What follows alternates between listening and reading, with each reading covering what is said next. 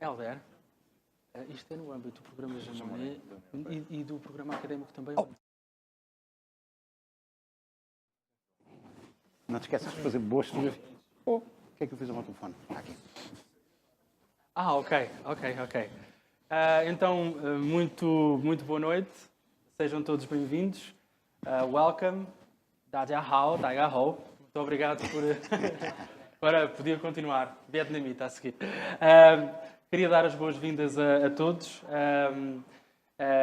Eu julgo que temos aqui connosco pessoas que não perceberão português. So, I believe that among the audience we have some of you who do not understand Portuguese. Is that the case? That's for sure Nico's case. Yes. And also our colleagues Peggy and Anne. So we will be conducting the session in English, but you will be free to throw in questions in Portuguese to our distinguished guest. And I will reply in English. And you will reply in English, okay. Okay, so I guess many of you are familiar with this name. Perhaps not all of you are familiar with the face. So this is the face behind the voice that many of you listen every single week at Magazine Europa, which is a weekly show on Radio Macau, 98 FM, by the way, which has been actually playing a very important role in raising awareness, not only on European issues and on global issues.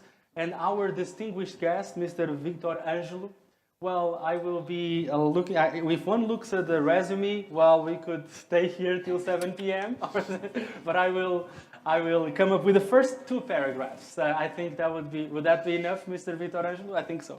One line is okay. So he's a former special representative of the Secretary General Peacekeeping Operations at the level of United Nations Under Secretary General. Mr. Victor Angelo has spent 32 years with the UN system. He has extensive experience on development, humanitarian security and political affairs, as well as on opinion making and media, as you can listen every single week.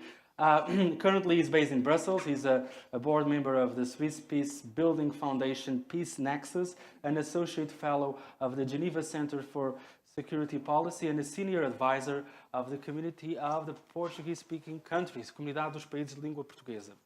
Mr. Angelo is also one of the 3 members of the International Advisory Board of the EU program Horizon 2020, unpacking the EU comprehensive approach to conflict and crisis mechanisms. He also contributes as a world affairs columnist for the Portuguese weekly magazine Visão. Many of you are familiar with it.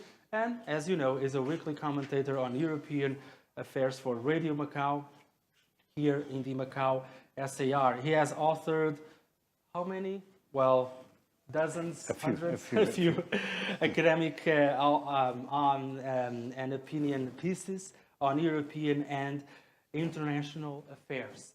I would like to thank, first of all, of course, our host, Rui Cunha Foundation, as always. It is always great to be back here. It feels like home.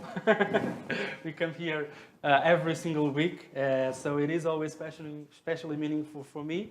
The European Union Academic Program, the Jean Monnet Program, and of course all of you who found some time to join us. Well, the topic is the question mark, who takes the lead? Well, moving the European Union into the future. It is particularly meaningful because we are, and I think that will be surely focused throughout the presentation, these are challenging times. Well, it's a commonplace kind of buzzword, but they are unprecedented in many ways. For the European itself,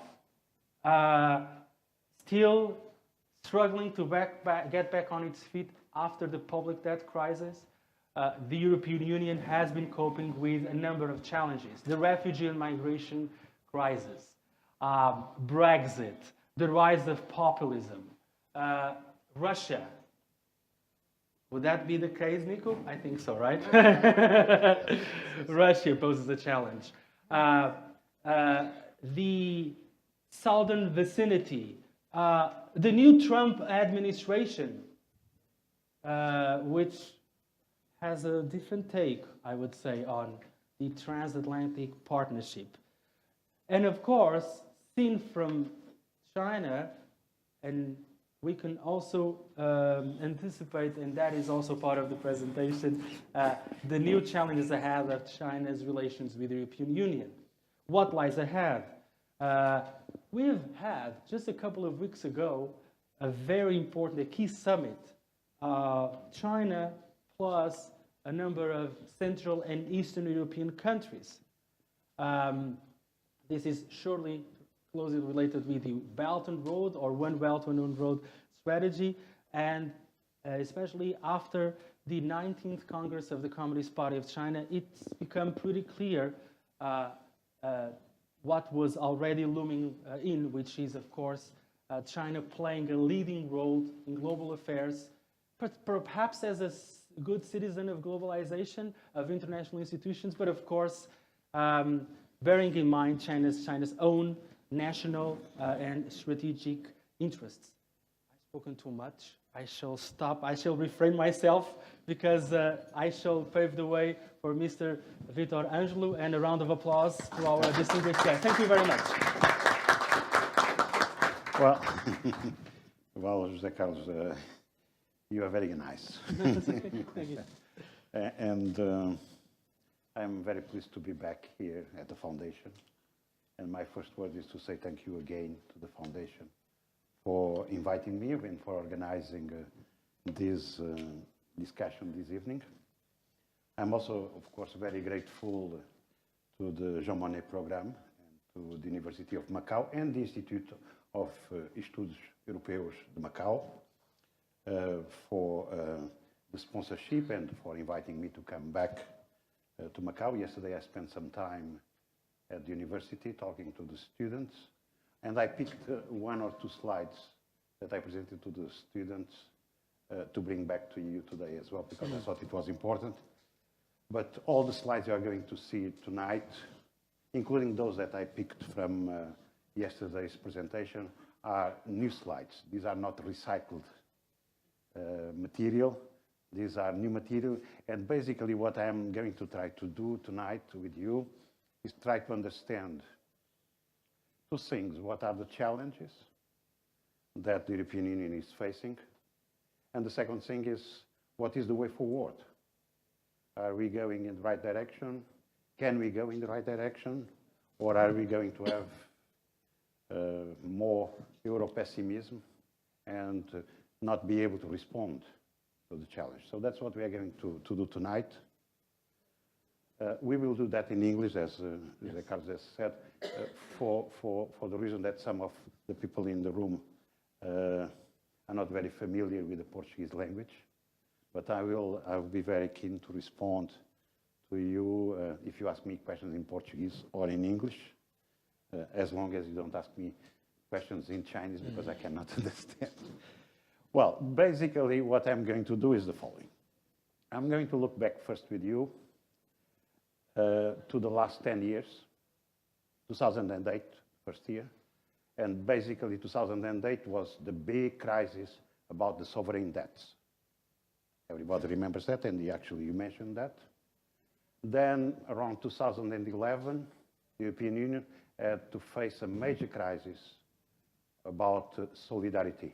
And that was particularly linked to the situation in Greece and how much money could or could not be transferred and what would be the conditions for an austerity program, particularly in Greece. Greece was the most dramatic case. We as Portuguese, we were also at that time under an austerity program and a financial program, but Greece was the key point. So in 2011, this solidarity crisis brought a fracture within the European Union between those from the north and those from the south, where basically those from the north were saying that those from the south, they spend too much and they are only counting on our money. And those from the south saying the guys from the north are not solidary enough. And so that was the 2011 crisis. So two already crises, very important crises. And when I mention crises, these are crises that created serious divisions within the European Union. Then 2014, another major crisis. The crisis with Ukraine, crisis then later on with Russia. And Europe had to discuss what to do with Russia, what kind of positions. Sanctions were approved at that time. This created a lot of debate within the European Union, but certainly the Ukraine and Russian crisis was also a very important moment of great difficulties for the European Union. 2014 then. 2015, the following year, a major crisis again. So these are crises almost one after the other.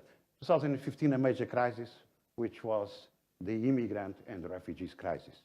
And everybody remembers those pictures on TV with thousands and thousands of people walking, first crossing the sea into Greece and then walking towards Germany and Northern Europe. These immigration crisis and refugee crisis created a number of discussions in Brussels, in the capitals, and in many ways also contributed to aggravate some of the existing differences of opinion, I would even say fractures within the European Union. Then 2016, another major crisis. Nobody was expecting it. I was following the results until quite late, and I went to bed around midnight, absolutely convinced that the British had voted against Brexit. And the following morning, me, myself, and a number of leaders in Brussels found that the British had decided to get out. So Brexit became another very important crisis that was further combined and further aggravated with the crisis of populism, as you mentioned.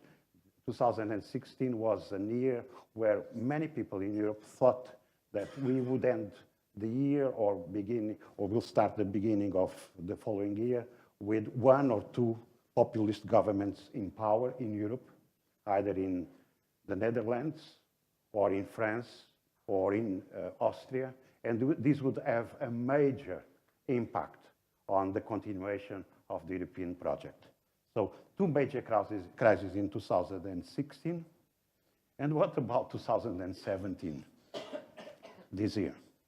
I think we can already look back to 2017. We are at the end of the year. And we can say that some of the crises that came from the previous years are not yet resolved. That's one thing. Second thing, we have some kind of a fracture again appearing in Europe between now, not the North and the South, that one is still there but is dormant, but now between the West and the Eastern part of Europe. And this is basically a crisis that is very much related to the policies the Hungarian government is following. So my fellow with the same name as me, Viktor Orban, and also what's going on in Poland. So these two countries, in many ways, have created, during the last few months, quite a number of serious tensions within the European Council meetings and in Europe as such. So this is, just to give you the background where we are today. Can we be optimistic after so many crises? And when some of these crises have not been resolved, we are going to look at that tonight. Do you agree to take that journey with me? Mm-hmm. So we do that. What's direction? And who takes the lead? So that's what we're going to discuss. Interestingly, and that's the following slide, interestingly, there are some features I want to share with you. The younger people in Europe are much more positive about the European Union than the older people. That's one thing. The second thing is that the left in Europe is much more in favor of integration and a stronger European Union than the right. Unfortunately, as you know, unfortunately, I should not say unfortunately, I withdraw the word unfortunately. As you know, the right is stronger in Europe than the left. Actually, we are witnessing a very conservative Europe taking over. because we see that the same conservative family is in charge of the European Parliament, is in charge of the European Commission, is in charge of the European Council. Tusk, Juncker, and the president of the European Parliament, they are all from the same family, political family, which is the center-right, so it's the right hand. But they are very much in favor of further integration, but in general, the right is not. The other thing that is quite divisive still within the public opinion is the refugee crisis, and we will come back to that. And many people think that questions of refugees or related to refugees and related to immigration should be dealt by each one of the member states, not dictated by Brussels, as they say. Dictated meaning decided in Brussels. Interesting also enough, notwithstanding the fact that Brexit is mainly a big problem for the United Kingdom, there are still a large number of people in Europe that feel that the UK going out is not a good idea for, and is not good for the European future. So they would prefer to see the United Kingdom inside the European Union. Then, the last line, when you ask them, then do you want to leave the European Union? And very few think that their country should leave the European Union, which is quite surprising, but that's the results of a recent poll. Also, very interesting, since the Brexit up to now, we have seen an increase in some of the European countries. These are the only countries that were surveyed, so that's why I mention only these countries. We have seen an increase of opinions in favor of the European Union in these countries, and you can see that, for instance, in a country like Germany, 68% of the population is in favor of remaining and being part of the European Union. The only country where there is a serious problem is Greece. As you can see, only 34% of the Greek people believe they should remain within the European Union. And borderline, and this is a very important issue, is Italy. And Italy is going to have elections next year, and we might be a little bit nervous about those elections, because the five-star movement, which is against the European Union, plus Berlusconi's party, and Berlusconi is back into action, both of them are not very much in favor of the European Union in the case of the Berlusconi party, and in the case of the five-star party, they are against, very clearly against the European Union, and they together, they could have the majority of the votes, or the majority of the seats in the Italian parliament. But overall, there has been an improvement in the acceptability of the European Union. Also, very much related with this, the economy is going better within the European space. And you have some figures there. The only countries where the population do not think that the economy is moving in the right direction are still Spain, France, Italy, and of course, Greece. But in general, particularly in the countries that matter quite a lot for the European project, people feel that 2017 is a good year, and 2018, the prognostic for 2018 is also pretty good. So there is economic growth, notwithstanding all these crises. Also a very interesting statistic that has a lot of influence on the way decisions are taken and on the way we approach some of the matter related to balancing the power of the different countries. About half of the population of the European Union believe that Germany has too much power within the institutions. And this is a very interesting statistic, because it's quite high to have half of the population. And in some countries, I don't want to bring, because that's too much information, but in some countries, more than 50% of the population believe that Germany is too powerful within the European Union, and the Germans do this. And some of their positions vis-à-vis the European Union are determined because of this. They don't want to be seen too much in charge in some areas. So we still have a strong and relatively stable European Union, but we have a very chaotic environment around the European Union, and we are going to analyze that chaotic environment. So can we keep this island of prosperity and stability and human rights and these kind of things working when everybody else around it is in a chaotic state? That's one of the questions that we raise quite often in Brussels. And the other thing is, when you look beyond the European Union, what are the key partnerships? What are the key countries that matter in terms of partnerships for the European Union? And tonight, I am going to answer to these questions as well, or at least tell you how this is seen from Brussels. So are we together up to now? It's not too boring so far? Well, this is a map. Isn't that so?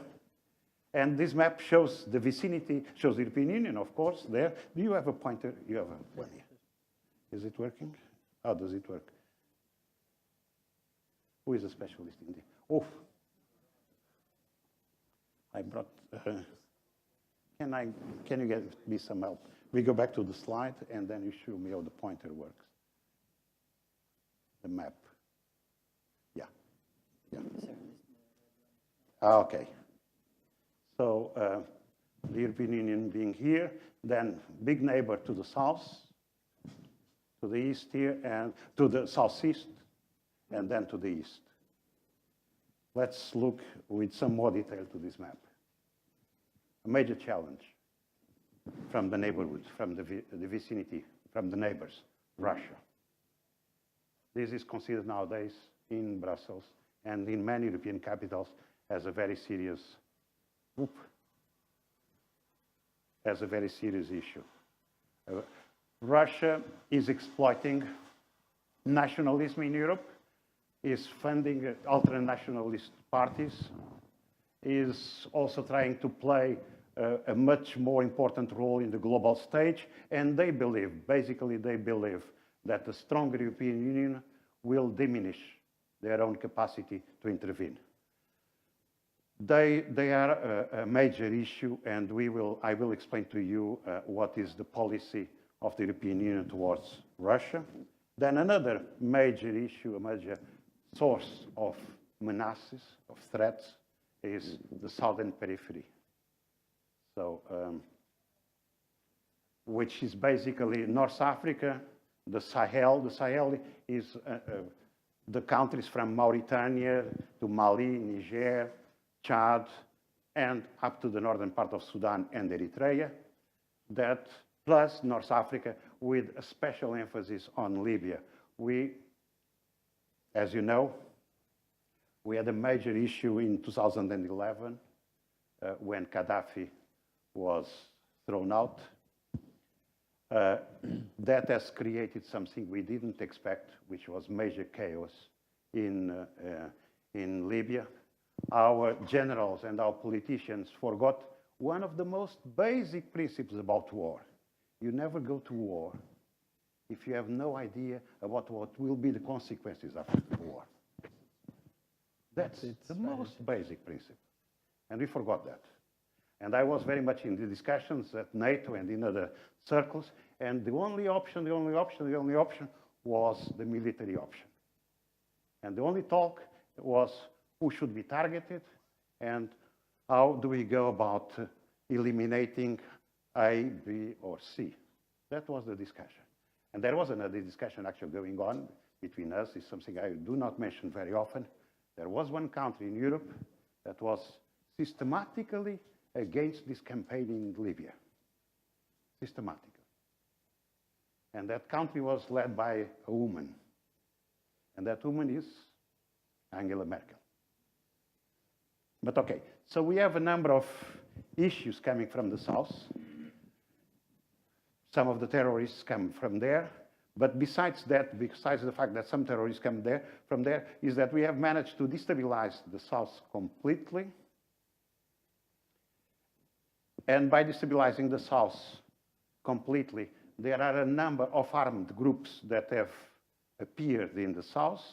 The armed groups create a situation of terror and of fear, and that leads the younger people and the not so young, but above all the younger people, to move up because they are afraid for their future. They don't see any future actually, and they are afraid, and one of the solutions is to try to migrate to Europe.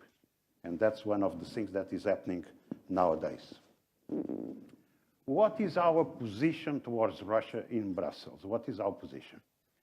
The position is summarized there in 3 points that I picked from the global strategy.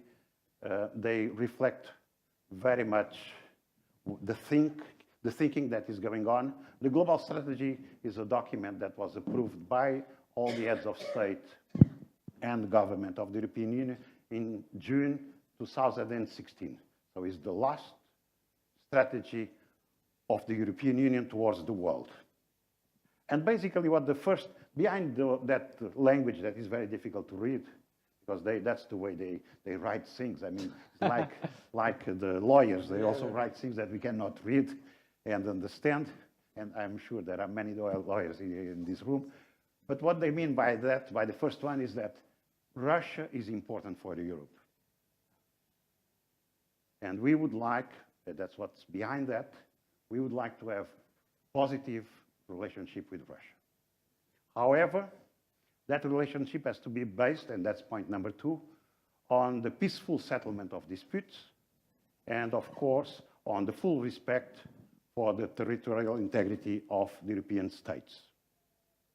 And the third point is to basically put the stress on the situation in Crimea and the situation in Ukraine in general, saying that that kind of annexation is unacceptable and has to be resolved. And also that we can establish strong relationships with former Soviet states, and those states do not need to ask the permission of Moscow to establish good relations and strong relations with Brussels. That's the message.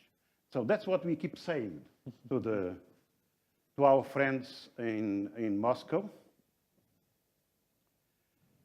We learned a lot of lessons from their intervention in Ukraine, and I just summarize them here very, very simple, because this is a matter of great concern in terms of our defense agenda. And basically what they did in Ukraine was to bring into Ukraine what we call the Green Beret men, meaning armed soldiers without any insignia, so we could not identify if they were coming from Russia or from Macau or from elsewhere. So that's that kind of people. They called it irregular and special forces. That's bullet point, the one before last. They fomented ethnic unrest. They used quite a number of agents provocateurs, and they, at the same time, created an information campaign against the government and against Europe, and basically trying to convince the populations of the eastern part of Ukraine that it was in their interest to go to Russia or to be part of Russia and not to remain in Ukraine. Why is this important? Because we believe, and quite a number of people in Brussels are absolutely convinced of that they could follow the same approach in the Baltic countries, where there are a number of Russian minorities, Russian-speaking minorities living in those countries, some of them having the nationality of the Baltic states, but some of them having no nationality. I know very well the Baltic states. I spend every year about the month of September in the Baltic states doing some training there, and I am convinced that this fear is exaggerated. But there are people that believe that this could happen in the Baltic states. And that's why I mentioned that, and that's why there is quite a lot of talk about defense. There's quite a lot of talk about common defense, and quite a lot of talk about expansion of the defense expenditures. So where are we now on our relationship with Russia? Basically two things to explain the relationship. We have a number of sanctions against people and against some corporations in Russia. But we have also expressed several times the desire to establish better diplomatic relations, to improve the dialogue with them. And also, we keep investing together with them, particularly on the gas pipeline. So there is a lot of ambiguity in this. I believe that in 2018, we are going to see serious divisions within the European Union member states when it comes to the renewal of the sanctions. Because some countries will be for the renewal and some countries will be against the renewal. And we see that already in the making. But this is very important, a very important neighbor and certainly a very important determinant of our political agenda. And we have now, with Russia, an arms race. That's what we have. We are locked in what I call a security dilemma, which is also could be called a mistrust dilemma. We don't trust them, they don't trust us. And because we don't trust them, we invest in more armed forces. Because they don't trust us, they invest in more armed forces. Because they don't trust us, they organize major, as they organized in September, major military exercises. And they were supposed to invite our military officers to observe those military exercises. But they said that the size of the exercise was below 13,000 men. And therefore, there was no obligation, because there is a rule, there was no obligation to invite the European side to observe. We know that the size of that exercise was over 100,000 men. So you see the difference between what they say and what they do. But we also have some very, very heavy exercises going on our side. So we are caught in this very serious dilemma. And this is basically creating not only a situation of arms competition and competition in terms of security forces, but it's also giving those that have a chance, or no, giving those that have an agenda to promote the military that opportunity to do it. I mean, to say you have to spend more on military matters, you have to buy more equipment, you have to have bigger forces and these kind of things. So we are, again, talking something that we have left behind in 1989 at the end of the Cold War, and we are now talking again in terms that remind us very much the Cold War. There are a number of hybrid threats coming also from that side of the world, and the leaders have been complaining that elections are being interfered, disinformation campaigns are taking place, and cyber activities. Basically, cyber activities, there is a serious increase of cyber attacks against European infrastructure, against European institutions. We cannot say where they're coming from, but officially we know, officially we cannot say, but we know that they're coming from the Russian side, and we know even which organizations are doing that. They have also been supporting parties like the party of Madame Le Pen. They have been giving money to radical ultra-nationalist parties, and that's basically to undermine the European project, because these parties are against that project. So we are now talking more and more about a much stronger collaboration between the European Union and NATO, particularly in these areas. And within these areas, I would like to emphasize the area number 2 and number 3 on strategic communications. We have also to be able to tell our story to the Russian side, to the population in Russia. So we have to be better at communicating and be better at defending ourselves in terms of cyber attacks. Now, looking at the south, you remember I said there was something from the east, some serious threats from the east. There are serious threats from the north, from the south, from North Africa, from the Sahel. These are very vulnerable countries. These are countries that know an explosion of the population. I was mentioning, I think this afternoon, the case of Niger. I came to Niger in 1985 or 86, and at that time in Niger, they were about 11 or 12 million. Now they are coming close to 50 million. So you see what we are talking about. And that's just an example. 50 million in a territory that is basically desert, which means also that the young people have only two options. Either they integrate the armed groups and they become robbers, traffickers, radicals, or they try to migrate. So the majority tries to migrate, and some of the others do integrate the armed groups. So it's a region that is North Africa and Sahel. We could say in one single sentence that is a region that is poor, violent, and insecure. That's what I put there for you to see. And it's a major source of migrants and a major source for terrorist groups. This is the Sahel. You see the countries. I put this map here because the Europeans, how are the Europeans? For the Europeans, this is a major headache, the situation in this part of the world. What is the solution for the Europeans?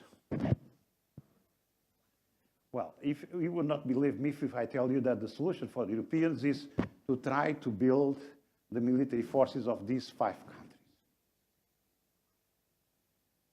And basically what the Europeans are trying to do is to create this pointer.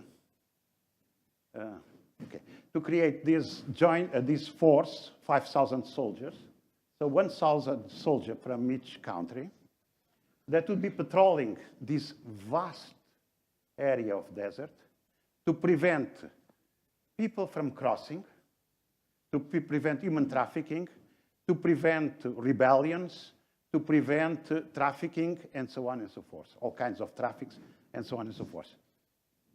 This is what the British call pie in the sky.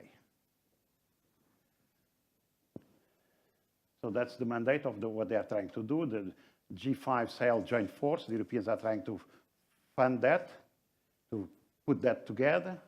France is in the lead. France has already deployed 4,000 soldiers to the region. The Americans are also deploying quite a number of people to the region in a separate move. There is almost no coordination between the European side and the American side on this, because the American troops are all of them related to 2 things that are top secret for the Americans. One is the managing of drones. That's top secret. The second thing is, though most of those forces are special forces, and they don't want anybody, including the Europeans, to know that they have special forces there and what the special forces are doing. So there is no coordination between them and the French. And what the French would like to see is that instead of just having 4,000 people there from France, they would like Germany and the other European countries to add soldiers to those 4,000, because they know that the capacity of these 5 Sahelian countries is very limited. This is not going to fly because of the capacity issues, also because of money issues. We are talking about vast amounts of money to finance that kind of force. Probably $500 million a year would be required for that force to be fully effective. And we are talking from our side about a gift of 70 million. So you compare 70 with 500, and you can see that there is a big gap. There will be a donor conference just to try to fill the gap. I am absolutely convinced that the gap will not be filled, and this will be, again, some kind of a screen just for us to pretend that we are addressing the issue, but we are not. Then, after talking about Russia and North Africa and the Sahel, we have also a difficult vicinity in the Middle East, including very complicated relations with Turkey, and we can talk about that. We are part of the Israeli-Palestinian process, and that, as you know, is not flying at all. We are just spending our time there without moving at all. But we are particularly nowadays, we are very concerned by the last bullet point, which is the possibility of a potential conflict between Saudi Arabia and Iran, and that will destabilize further the Middle East, and that would create, on top of the Syrian problem, another big problem that would certainly put on the move quite a large number of people, including on the move towards Europe. Then our relations with the United States. I think I should mention that as well. Strong political, security, and economic ties. And I put the transatlantic partnership is solid. This sounds quite bizarre when we think of Mr. Trump, but it is still solid. And fortunately, it is solid because notwithstanding Mr. Trump's approach, is still working. But it's true also that Trump has not understood yet what the European Union is about and how important it is to have a strong European Union. He's not interested at all in establishing deeper relations with the Brussels institutions. There was a summit in 2014 between our side and their side, and we have asked him if he was ready for another summit in 2018 or 2019, and he answered what he answers all the time: we will see. Some of the key areas of the disagreement are there. But above all is that he is not particularly interested in the European institutions and in the deepening of the integration process. The relations with another country called China. Last week, China organized another summit of the 16+1, which is a group of 16 Central and Eastern European countries and China. This is an initiative that is entirely led by China. The European countries are just invitees and participants. All the initiatives, the agenda, the secretariat, etc., is in Beijing. The last meeting was on the 28th of November, so that's last week, I believe. Since 2012, China has invested in these countries $15 billion US dollars in infrastructure. It's a relatively modest investment when we compare it with the European Union structural funds invested in that same area, 200 billion euros. But it's politically very important for China to have this kind of organization and this kind of relationship, because most of these countries are becoming the voice of China within the European Union, which is quite interesting. So it's a very good play by China. The complex partnership between China and the European Union is in that slide. The overall position of the European Union towards China is positive. They are the second largest trade partner. That's very important for us. And above all, we in Brussels appreciate that China is the only superpower that is in favor of greater European integration. They understand how important it is to have a strong European Union. Probably for two reasons. One is because a strong European Union balances the power of Russia. So that's one reason. And Russia is a neighbor of China, so it's good to see that their big neighbor in the north, Russia, is on the other side confronted with also a powerful bloc of nations. So that's one reason. And also because they believe that a stronger European Union can also have a stronger voice in the relationship with the United States. And anything that diminishes in the power of the United States is good for China, I would say.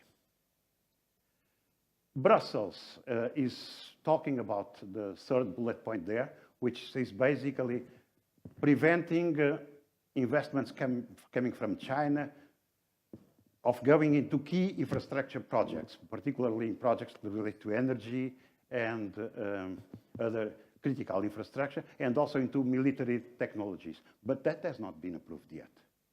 This is an idea that is in the air, and we will see why it has not been approved in the following slide. Some of the other issues, besides this one about the investments on critical infrastructure projects that are very much always discussed in Brussels, are the human rights issues, not because the politicians in Brussels are particularly interested in confronting China on human rights, but the politicians in Belgium, in Brussels, they have to respond to the European NGOs that put a lot of pressure for them to talk about human rights. And then the politicians, when they go to China or when the Chinese leaders come to Brussels, they say to them, and by the way, the human rights situation in China could improve and these kind of things. But okay, this is an important issue in the European agenda, the South China Sea as well. There was a discussion in a council meeting last year to take position on the South China Sea, a European position, and the discussion was inconclusive. Some European countries said, well, with China, we better be friends and not to be too strong, so we just accept that there was a decision by a court and just say that without taking position. And in Europe, there are quite a number of people that would prefer to see a much stronger relationship with Japan and South Korea as a way of balancing the relationship with China. But what is the future of this relationship? The way I see it, and this is an interpretation, the way I see it is that the relationship between China and the European Union will become much less controversial because some European states will dilute any attempt made in Brussels to criticize China. So they will water it down. That will come from the 16 Eastern and Central European states, but also from countries that you can read there. One is Finland, the other one is Netherlands, the third one is Greece, and the last one, I can't read the name, but you see the name there, is Portugal. Portugal has been very friendly towards China in the European Council. So what is the play that is taking place between the European Union and China on both sides? They do a parallel play. I call it a parallel play. I said that this slide is my slide, in the sense it's an interpretation of what's going on. Each side tries to influence global and internal politics without pretending at the same time that they don't see what the other side is doing. So each side as an agenda is doing it and will try to promote their own interests without going into open confrontation. A very interesting graphic also about China and Europe. The orange one is China and their investments in Europe. You see, since 2013, the investments are just moving towards the sky. And the investments, the blue line or the pale blue line is the investments of Europe in China. And you can see that is not really taking off the ground. This is a major cause of discussion between Brussels and Beijing when they meet. Basically, the Europeans tell the Chinese that they are making it difficult for European corporations to invest in China. But it's an interesting graphic. Looking at some of our weaknesses, and we are very good at shooting ourselves in the foot. You can see that fellow, that's very much a typical European. So let's look at some of our internal weaknesses. I talked about the external, now I look inside. There is the danger of rupture within the European Union between the West and the East, and this is a very serious issue. And this is very much related to issues concerning migration, concerning Islam, concerning national sovereignty, concerning European integration. Some of the Eastern countries do not want any migrant. They are fully against Islam and vocally and strongly against Islam, and they don't want more integration, more European integration. They want to keep their national sovereignty as much as possible. Another point that I think is always a danger in Europe for the project is when the different parts of Europe grow at different paces, at different levels. If one side grows very fast, like for instance Germany or the northern part of Europe, and the eastern part does not grow that fast or does not grow at all, like it is the case in Romania or in Bulgaria, etc., that increases the gap and basically undermines one of the key principles of the European Union, which was the solidarity between the member states. And then, as I said, there are quite a number of tensions with Poland and Hungary. These have not yet been resolved, and for the time being, there are a number of measures that are on the table, but they have not yet been fully endorsed by the member states. Other questions that we have on the table in Brussels about our future is, should we, as European Union, be represented in the Security Council? The Security Council is where the real power is in terms of the international community. Should we be there? Solana, you remember Solana, Javier Solana, he was very much for that. This was one of his banners. We have to, this is a proof, he was saying all the time, that we are integrating, that we have a common foreign policy, if we have one single voice in the Security Council. There are some of the people that oppose this and say, no, that's not a good idea. Because we have already two members, well, very, very soon only one, but two members that are of the European Union that are members, permanent members of the Security Council, United Kingdom and France. But besides that, every time the 15 sit around the table, we can at least find 2 or 3 more European countries sitting also around the table. So we have 5 voices in the European and in the Security Council. Why should we exchange 5 voices against one single voice? It's better that we have 5 voices, and the first voice says, I am for this. Our second voice says, I also am for this, and so on and so forth. And the 5 say the same thing. It's not always possible, but it's not impossible. For instance, just to be more precise, next year, 2018, of the 15 countries sitting around the table in the Security Council, 15, there will be there France, United Kingdom, of course, Netherlands, Poland, and Sweden. So 5. If we manage to, in Brussels, to agree on common positions, these 5 voices can be very, very powerful voices in the Council.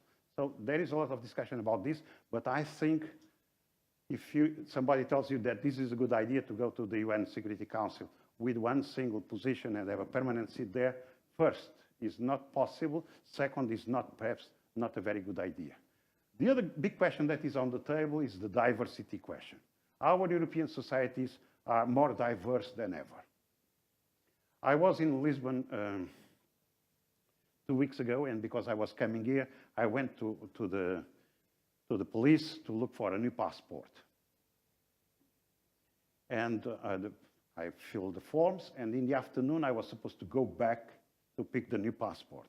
I went back and there was a line as long as the line I met today at the bank, because I spent before coming here 1 hour and 40 minutes in a line at the bank here. So there was a very long line at the police just to withdraw their new passports.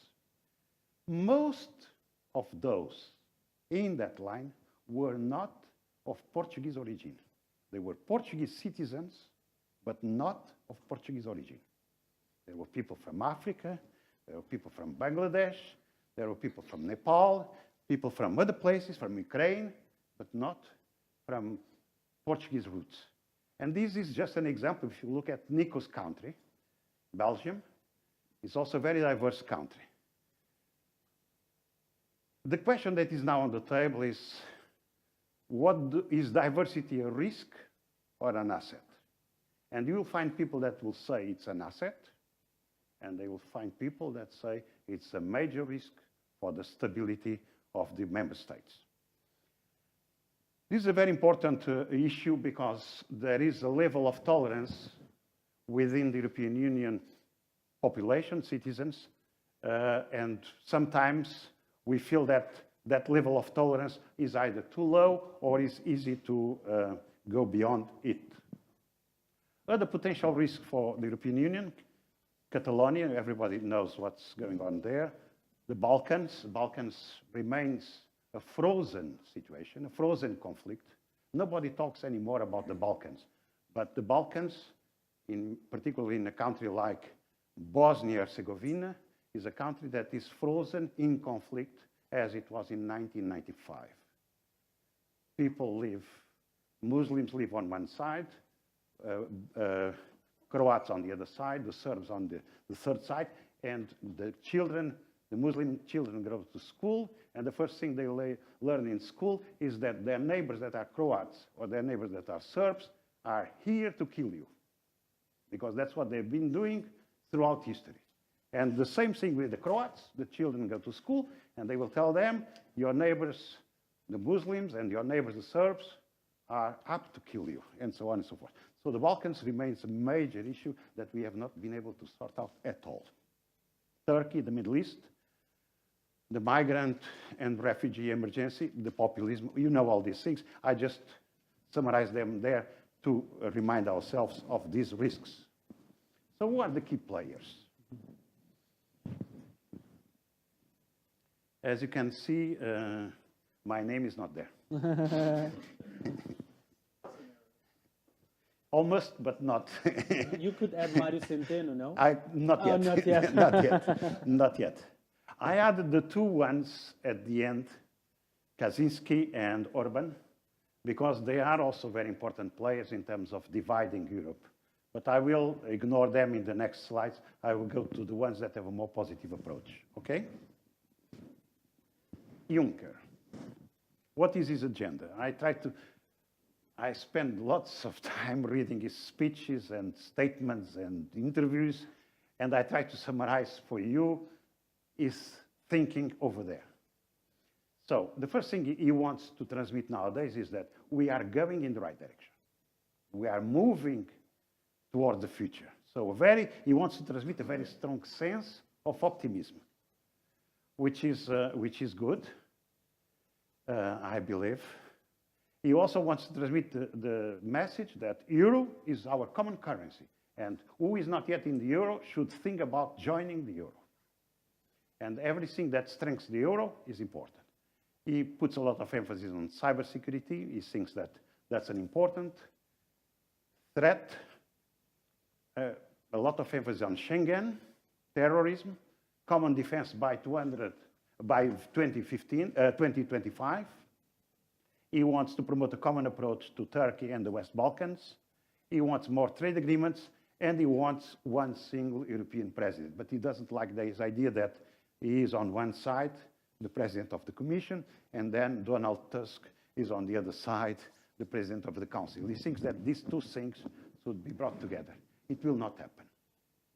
I can assure you it will not happen, because the European heads of state and government don't want that. They don't want to have somebody that has all the powers in Brussels. They want to divide the power. But he is insisting on this, and it's always a good matter for discussion. So particularly when we have a glass of whiskey, we can discuss that. Macron. Macron is a very interesting case, as you know. He is a very old man, as you know. He's 39 years old. He's going to be in power for the next 5 years as president of France. He will be 44 by that time, at the end of his term. He might be re-elected. Let's suppose that he's re-elected.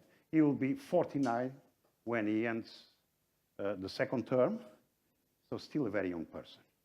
So he has an ambition, which is to spend the last 20 years of his political life building Europe. So he's promoting gradually his ideas of about what Europe should be in 20 years' time. So that's his agenda.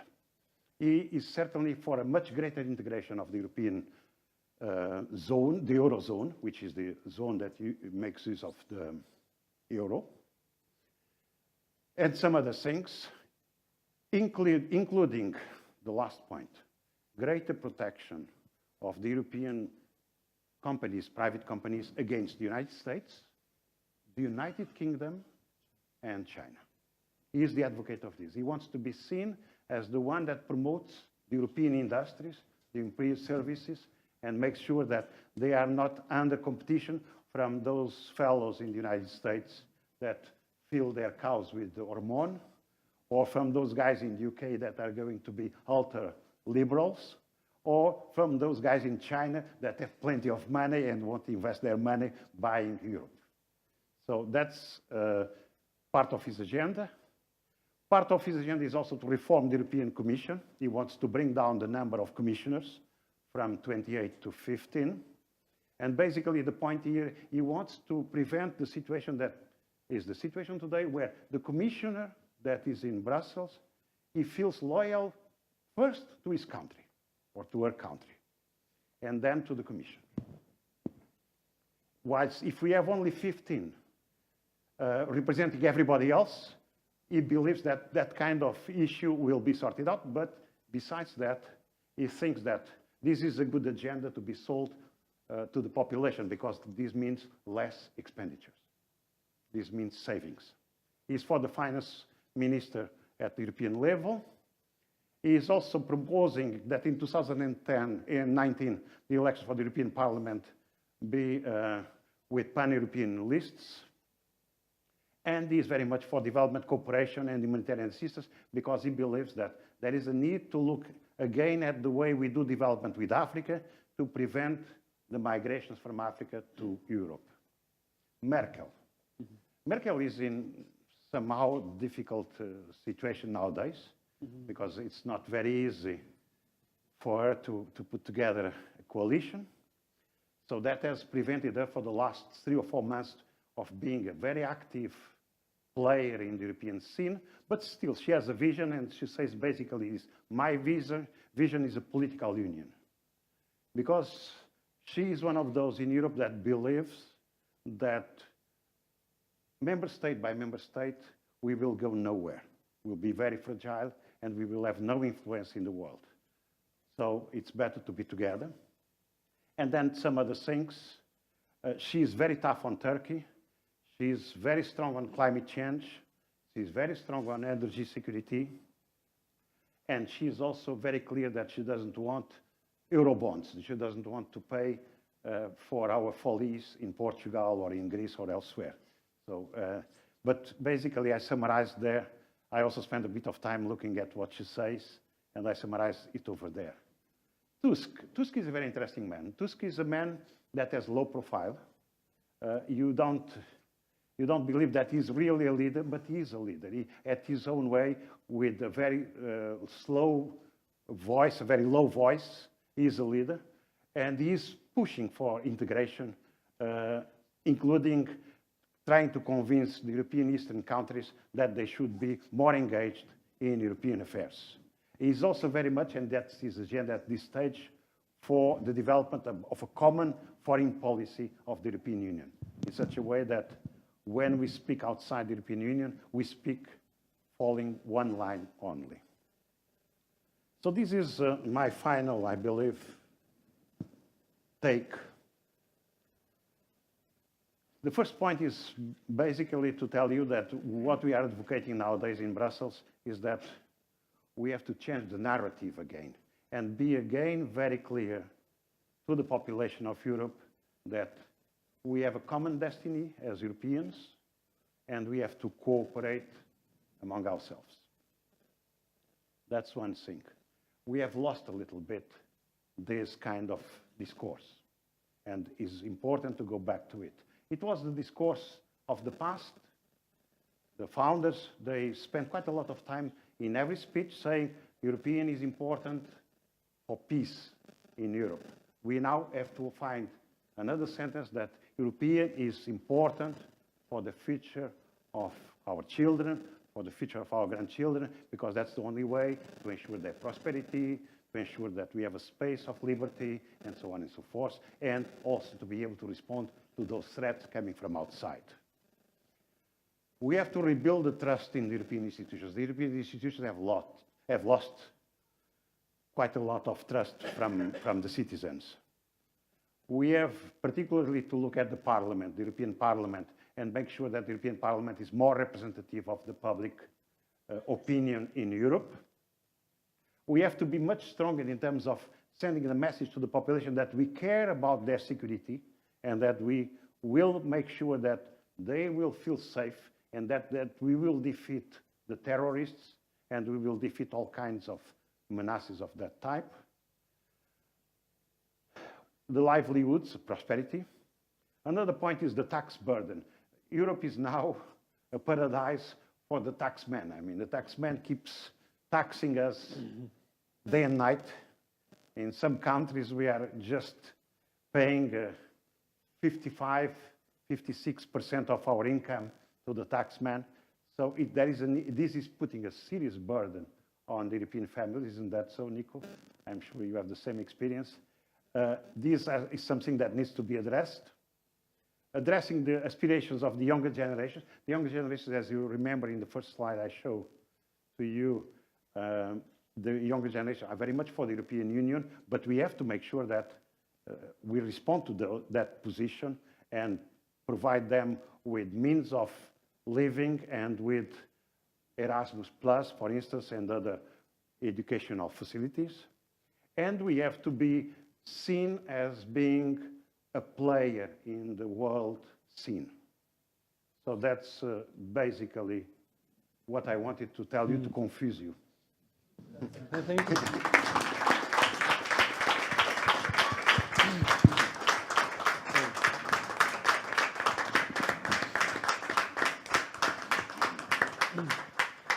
Well, that's what I call a well-rounded and well-seasoned and pretty comprehensive a take on what. Oh, you look very much like him. I do? I'm a bit confused, yes. So thank you very much. Muito obrigado. I think we will still have, for sure, 25 minutes for Q&A. Okay, as a moderator, so I have the prerogative of throwing in the first question. Yes. Allow okay. me to do that. I will have to stand then. Yes. Well, I'll go straight to Macron and Merkel. Where do they overlap? Where do they diverge? Where can they meet?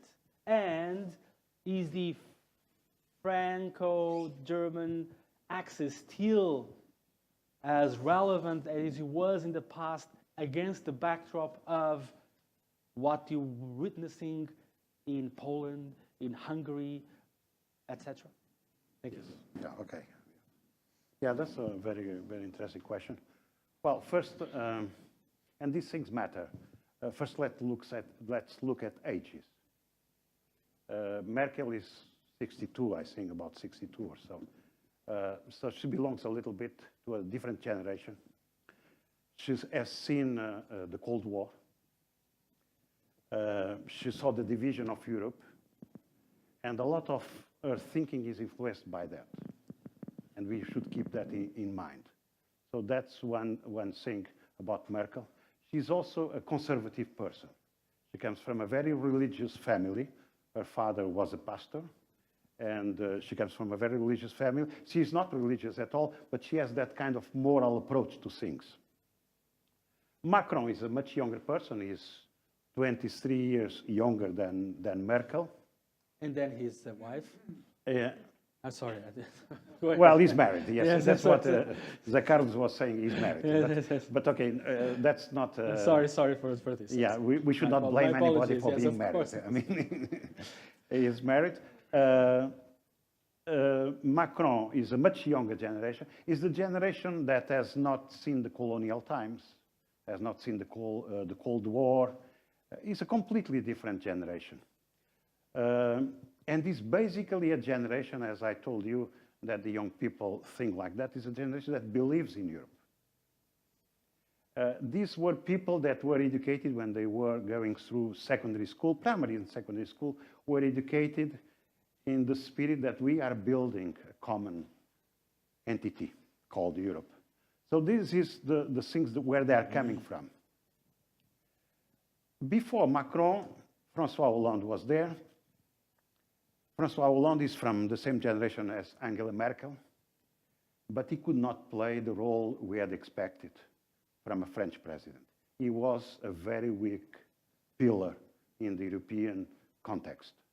So Merkel, for 5 years, had on the other side of the border a president that was weak and could not play the role. And this had an impact on the way the European Union moved, because these two countries are indeed the engine of the system.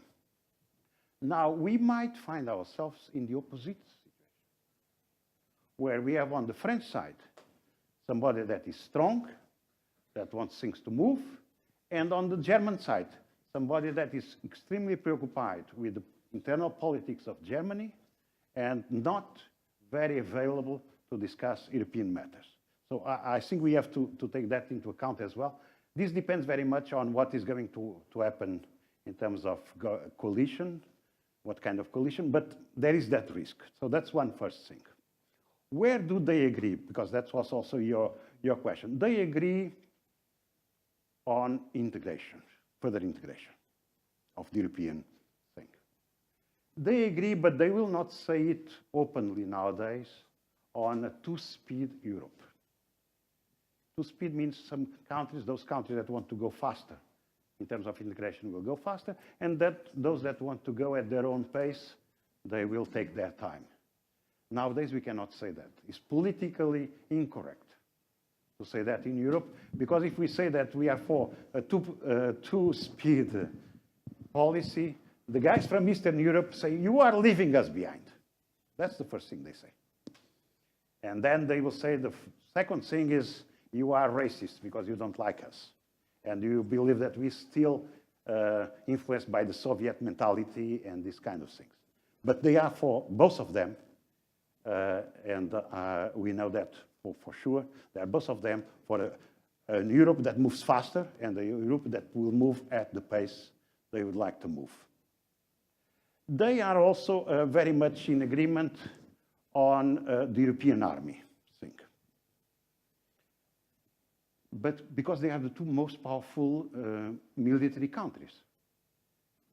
So they are very much on that, as well in agreement on that, but they have to be very prudent on that. For one reason, is that other countries in Europe, notwithstanding the fact that they have signed for a common European defense, they are not entirely for it. Actually, what they prefer is NATO. Why did they sign? They signed for the common defense, and this is very much sharing with you my reading. They signed to be inside and be able to put brakes on it. Because if they are inside, and decisions have to be taken by consensus, if they say no, there is no decision. And they put the brakes. And which country of all the other countries, besides Germany and France, is doing this? Can you guess? Poland. Poland. Poland has a very strong army and is building its army. But Poland has very deep feelings against Germany. They are still there. And they would not like to see an European army that is dominated by the Germans. They don't care much about the French, because the French are far away and they don't understand the French very well, but they care about the Germans. So there is this kind of situation within, and they play with that, including Macron and Merkel. They also understand this, and so they want to have the Poles on board, but they know that the Poles might be those creating some difficulties. So these are some of the points that they have in common, Points that they do not have in common. One is about the Eurobonds. Macron is very much for a banking union, is very much for a strong minister of finance for the European Union, and so on and so forth. Merkel is not. Merkel believes that the banking systems should be dealt with at the national level. If the Italian banks have serious problems with their financial situation, that's an Italian problem. If the Portuguese or the Spanish or whatever banks have problems, they should sort it out. They don't think it's an European matter. So there they have a disagreement on that. The other disagreement is on the Balkans. The Germans are very sensitive to what's going on in the Balkans.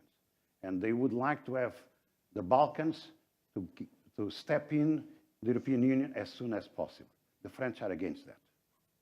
The French don't want, they feel that to bring the Balkans in is to bring additional problems inside the European Union. So that's more or less where we are.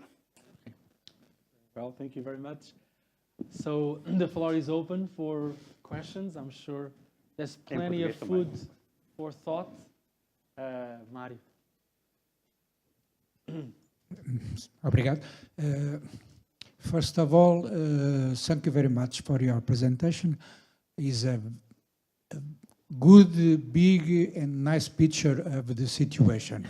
That's why I have, I suppose, 50 questions to put you. I start with the first one, and the first one is very small. I promised I will give you another question about Islam, but the first question is not about Islam. It's about army, about armed forces, about Russia, and I want to know your opinion about one thing, one exclave called Kaliningrad that is inside Europe between Poland and, I suppose, Latvia. And Lithuania, as we know, is a result of the end of the Second World War, an agreement. But now, really, Russia is inside the heart of Europe, inside the Baltic states, inside the Baltic Sea. Obrigado. Yeah.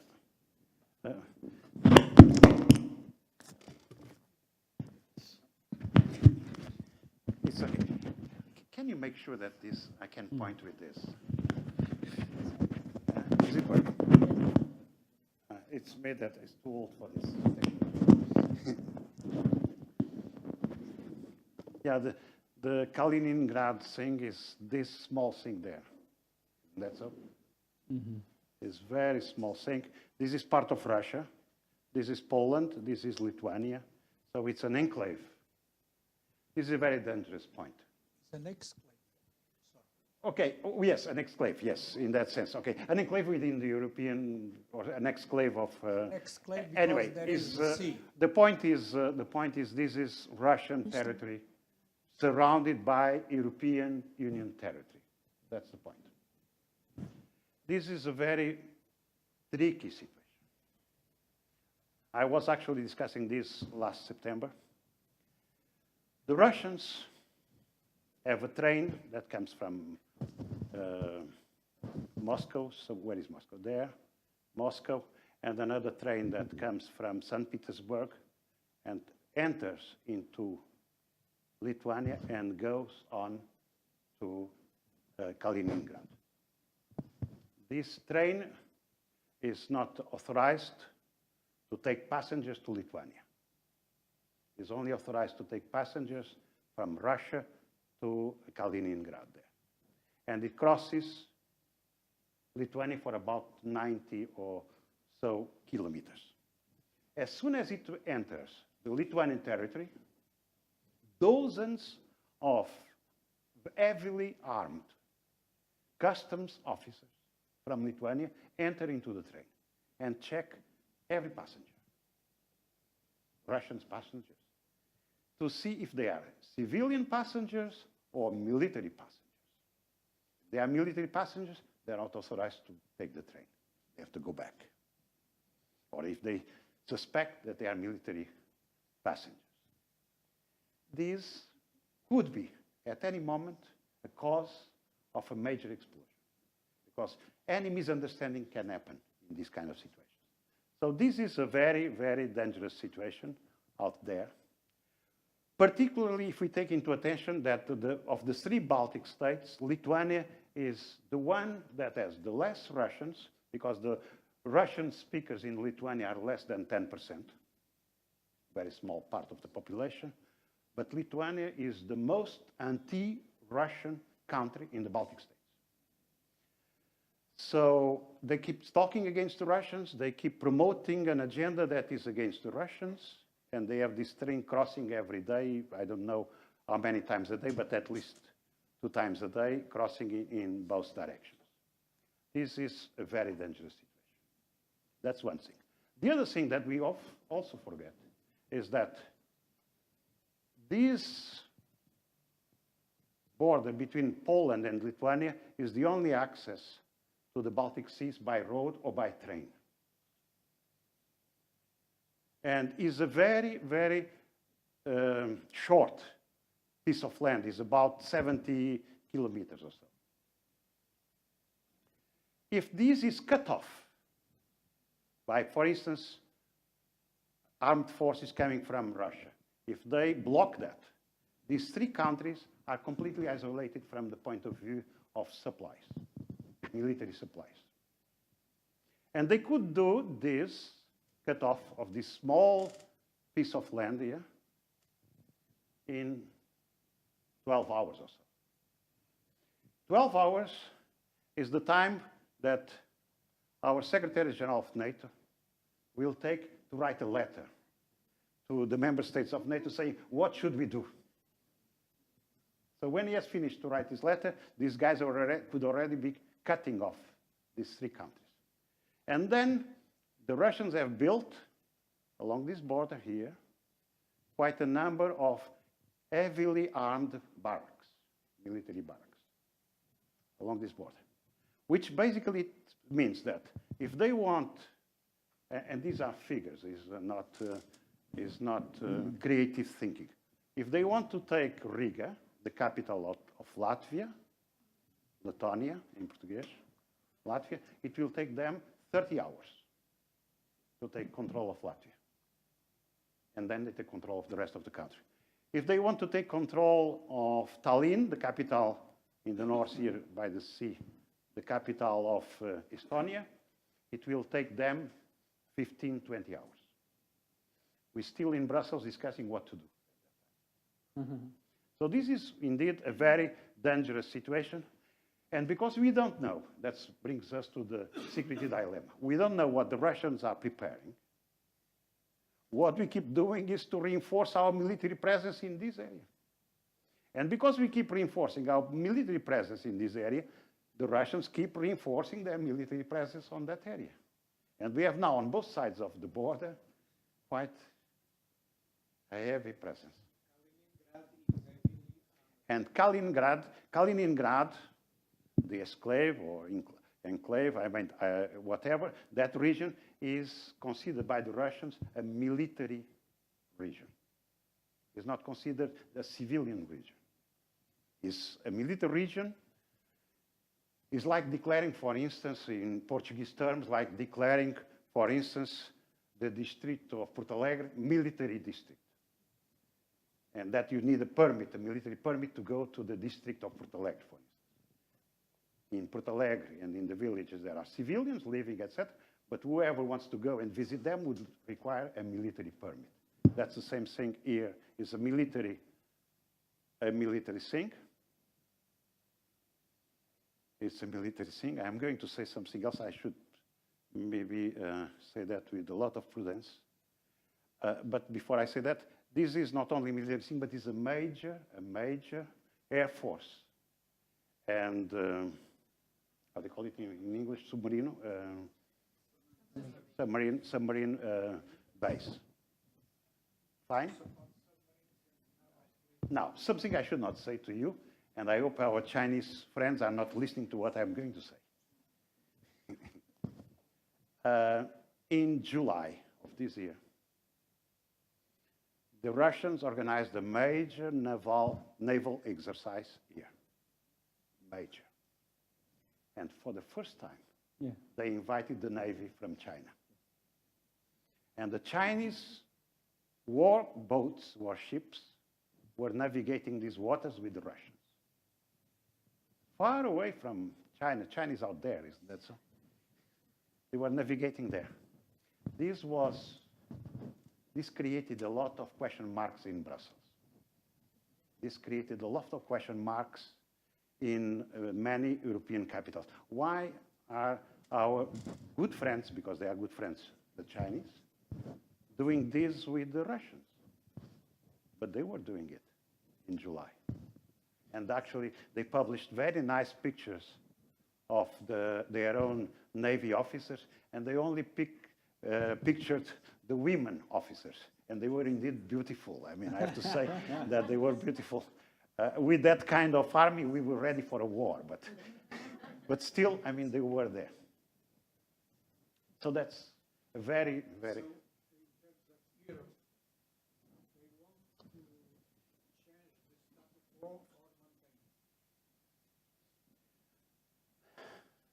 No, we want to change the status quo.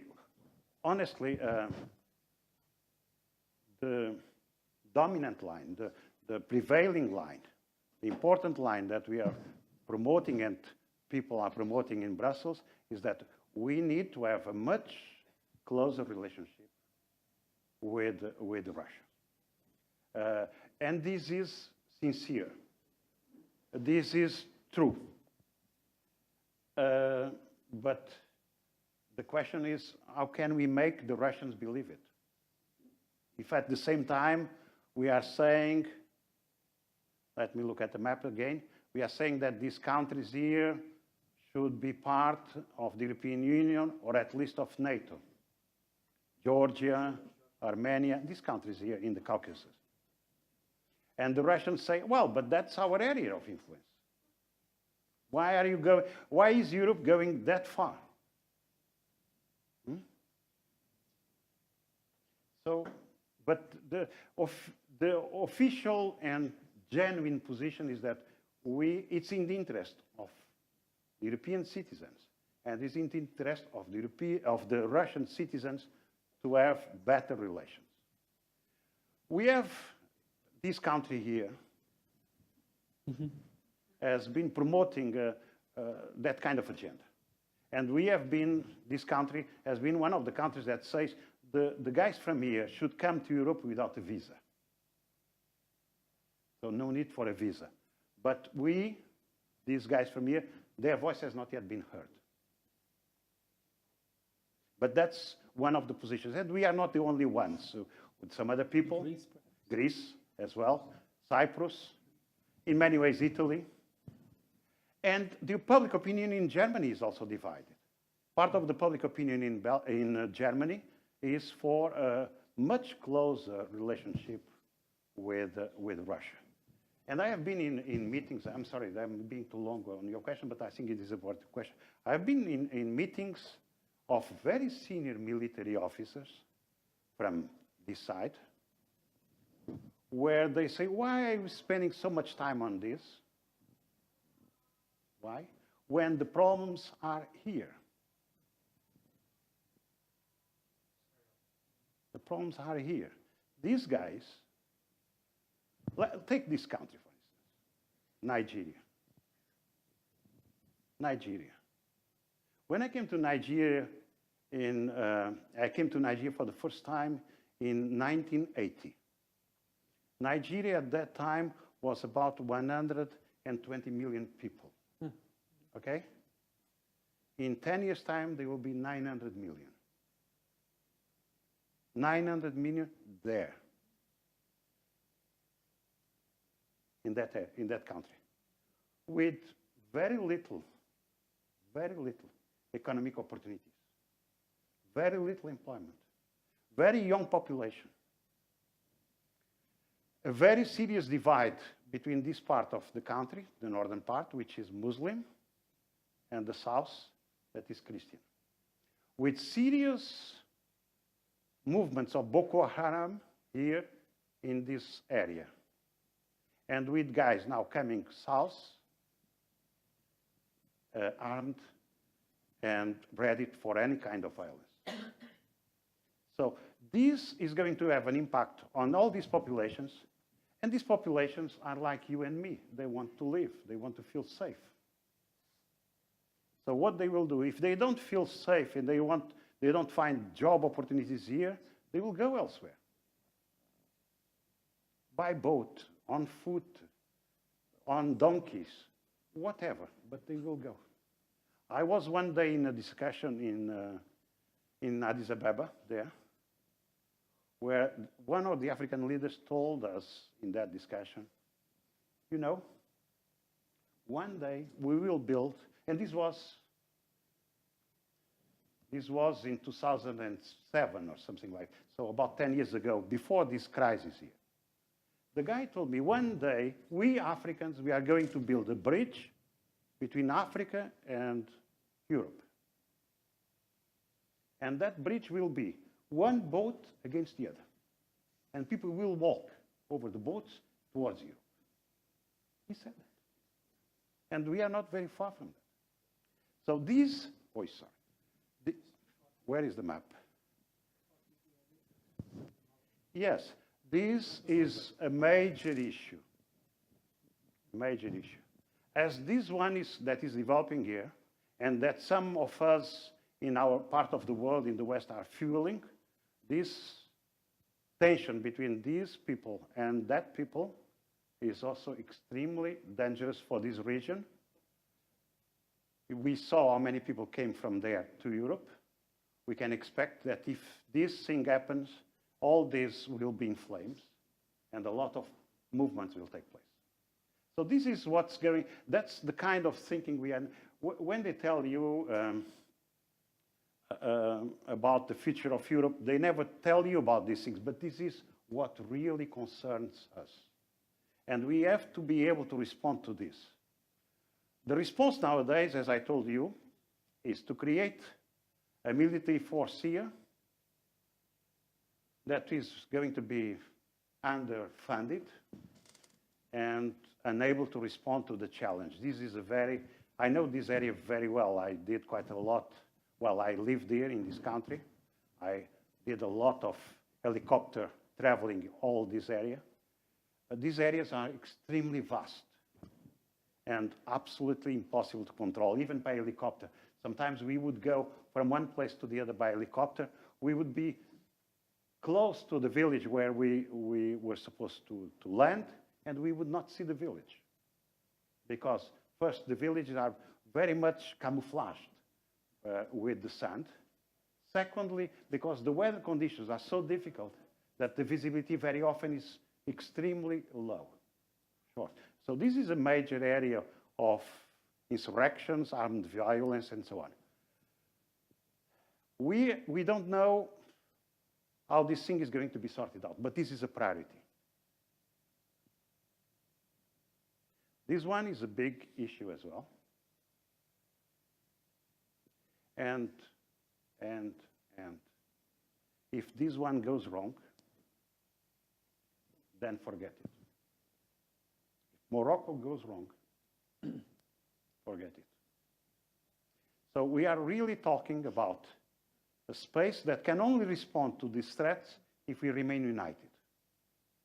We are only talking about a space that needs to look at these things from a common perspective. Because it's not Portugal that is going to address the issue if Morocco goes wrong, or it's not Spain that is going to address. It has to be a common thing. We are not yet there. So much so, I'm sorry, I'm being too long on this, or this is of interest to you? Is that okay if I say one or two more things? Because these are...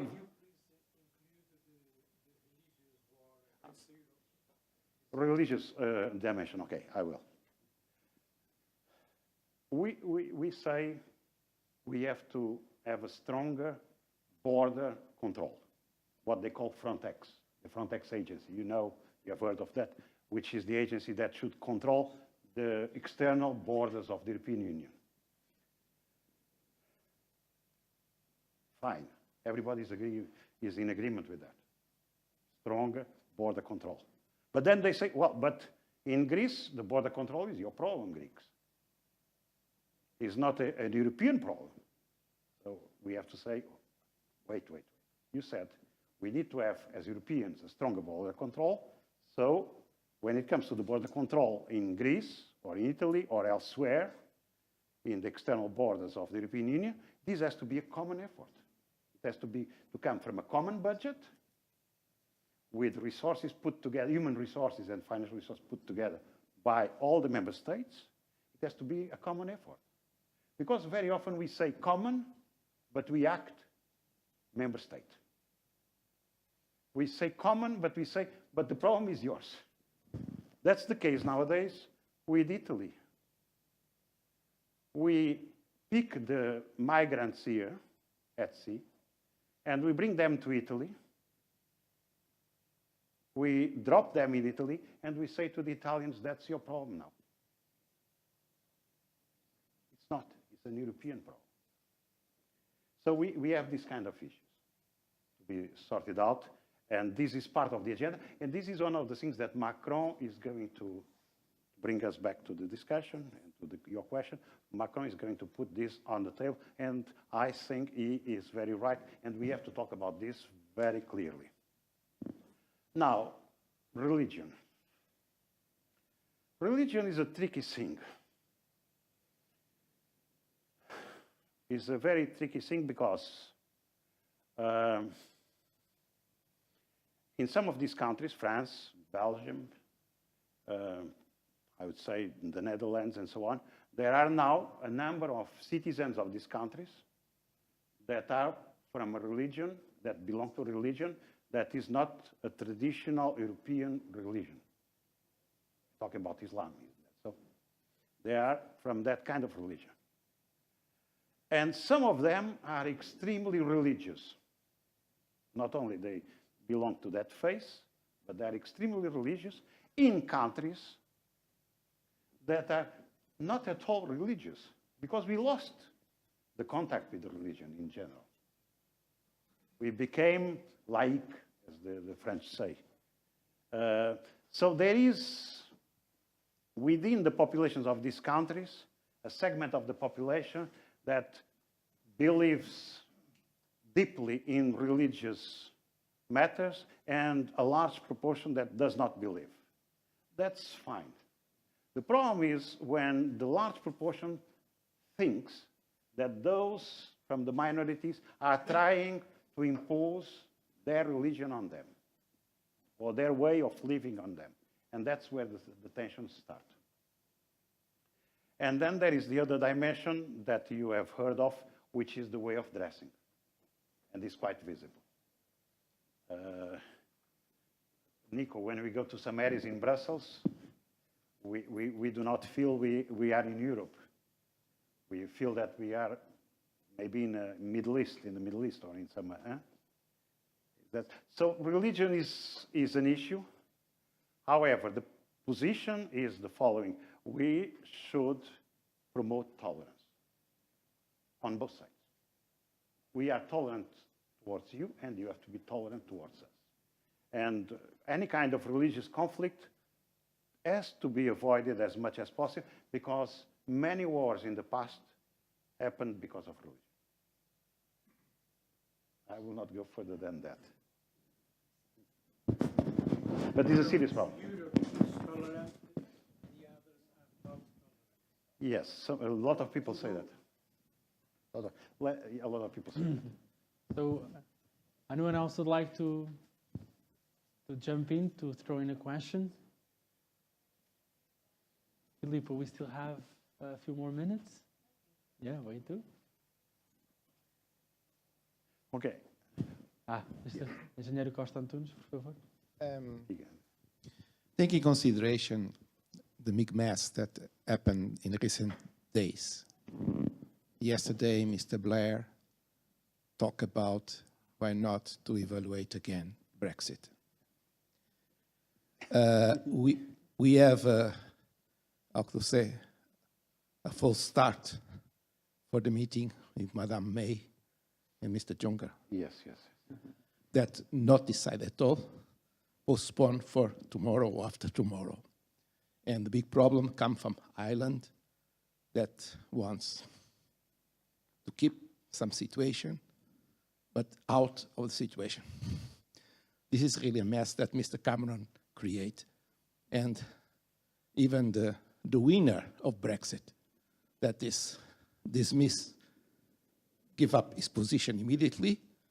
I read this morning that he wants to keep his retirement fund from European Union. He wants to keep his... Farage. Ah, Farage. He wants to keep his retirement from, and he asked the European Union to pay. Yes, yes, yes. I listen what you mentioned. We are in a different part of the world. Here, wake up very early to continue to listen what happened with the Brexit. Yes. So we have not this situation. A very question, direct. Do you think that we are not so soft, when I say we, is European Union Yes, side, yes, yes. we are not so soft with Madame May and those who create problems, in order that the real people that create problems felt that they create a mistake? There are anyway a space for a rethinking, like Mr. Blair mentioned yesterday. Thank you. Yeah. That's a very difficult question. I mean, why did you stop the session before this question? It's a very, very challenging one. Yeah, very difficult question. Let me say 2 or 3 things about that. One, when the Brexit vote took place, we felt in the European side that this would be a major disaster for both sides. And that was the prevailing position for quite some time after the June referendum last year. We have moved a bit out of that.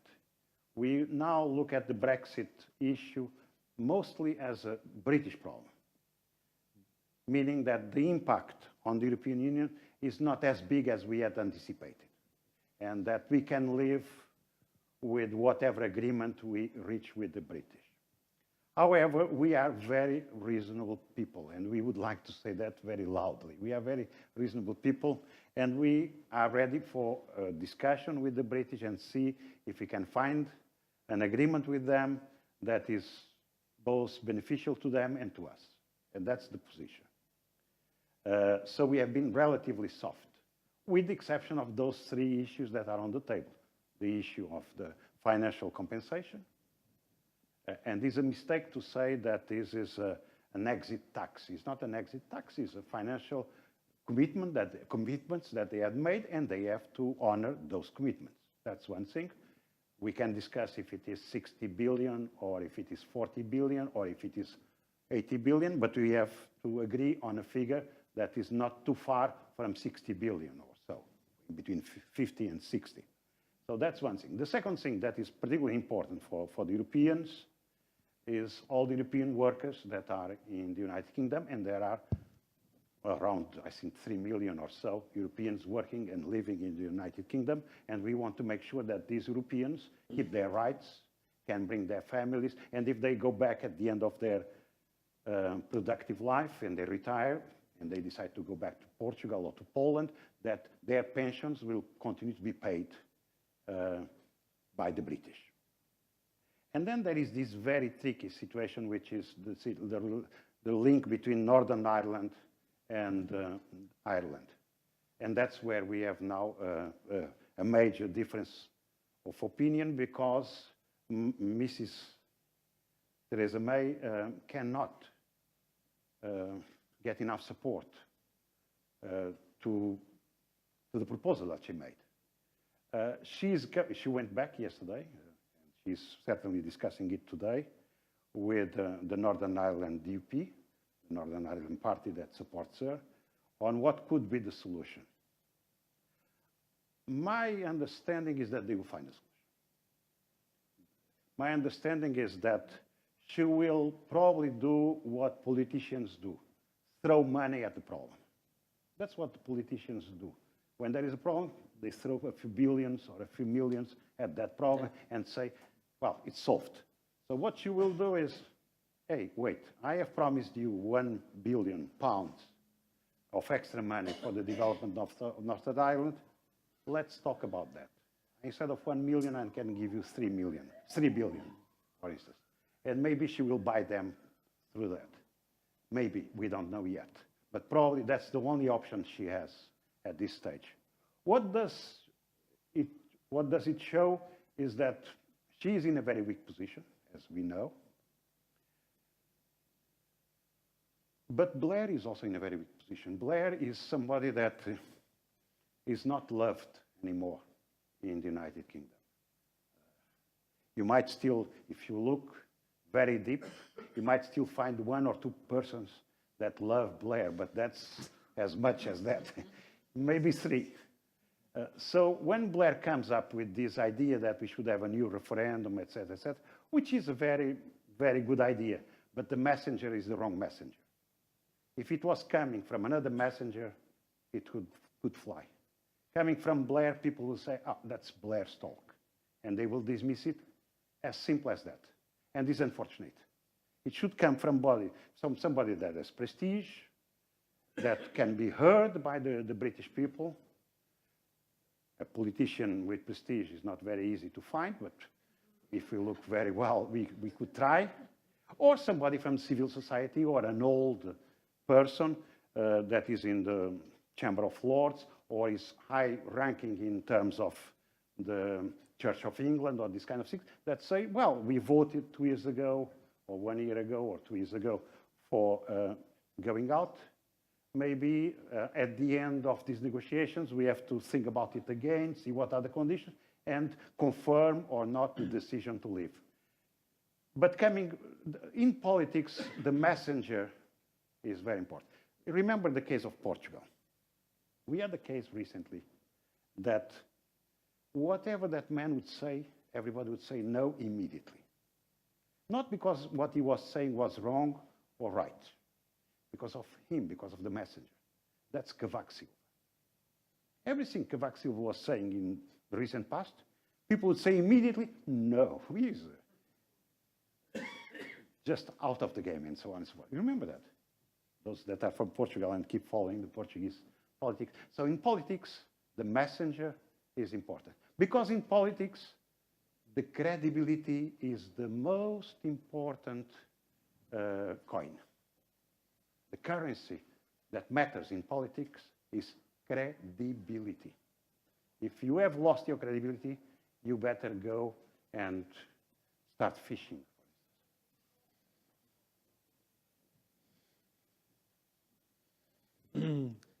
So, any fishermen in the room?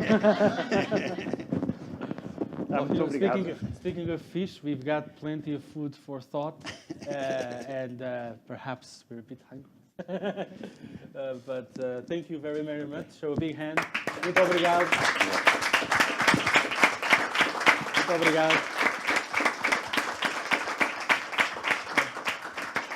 It was truly inspiring and compelling, and thanks a lot. Again, thanks to Fundação Rui Cunha, Jean Monnet program. A special word for someone who's not here, because he can't be here. He's in Papua New Guinea, Rui Flores. He played a pivotal role in all this, in the European Union Academic Program, the Magazine Europa, in the interaction with Mr. Vitor Ângelo, and he deserves plenty of credit for what we are also holding here. So we'd like to thank him very much, and also Mr. José Luís Salles Marques, President of the Institute of European Studies. He can also, he is unfortunately could not join this session, but we are also deeply grateful for what he's been doing. Thank you very much. Muito obrigado. Thank you.